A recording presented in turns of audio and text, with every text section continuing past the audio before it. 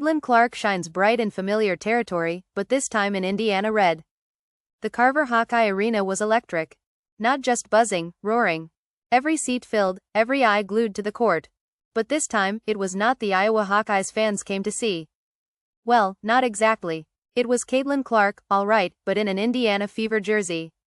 Now that is a twist. The Fever rolled into Iowa City for a preseason exhibition game against the Brazil national team, and let us be honest, nobody really expected a close one. Final score? Indiana 108, Brazil 44. A rout by every standard. But that hardly tells the full story. You see, for fans in Iowa, this was more than just a warm-up match. It was a homecoming. Caitlin Clark, the pride of the Hawkeyes, the player who turned college basketball into a primetime show, was back, only this time, under different lights and with new teammates. You've changed the history in basketball. Let's talk about a moment that no box score can capture. Midway through the second quarter, Brazil's head coach Leo Figueiro walked over to Clark during a stoppage. Not something you see every day. He did not come with stats or strategy, he came with gratitude. "You're an amazing player, congratulations," he told her, and his voice, caught on Clark's mic, carried across the airwaves. "You've changed the history in basketball." Clark, cool and composed as ever, smiled and returned the sentiment. "I appreciate it," she said.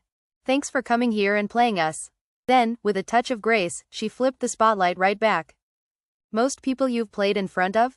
Figueiro nodded. "Yeah, that was it. Simple, honest, human. Same court, new chapter." So how did Clark perform in her new colors? In a word, effortlessly.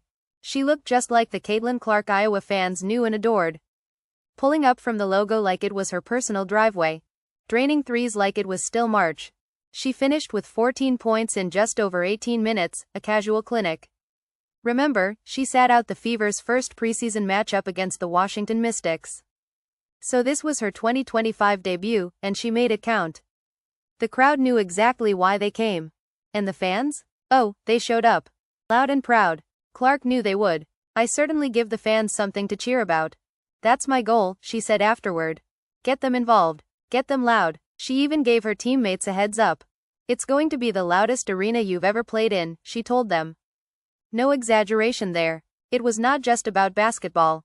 It was about connection. Fans old and new came to witness something bigger than the game, a bridge between college legacy and pro promise.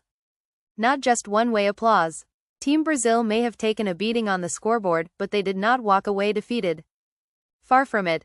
After the game, you could see smiles. Players from both sides mingled, snapped photos, exchanged laughs. It was the kind of post-game energy you wish more matches had, respectful, warm, and honest. And if you looked closely, you would have seen something else, too. A team from South America soaking in the moment, savoring the attention, and putting their skills on display, even if the scoreboard disagreed.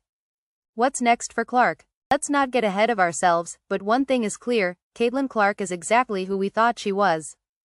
Confident, unselfish, deadly from deep, and somehow still grounded. She is not just stepping into the WNBA. She is bringing an entire audience with her.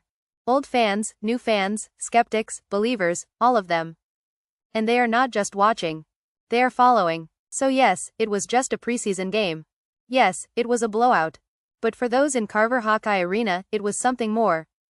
It was the beginning of the next great story in basketball. And spoiler alert, it is going to be loud.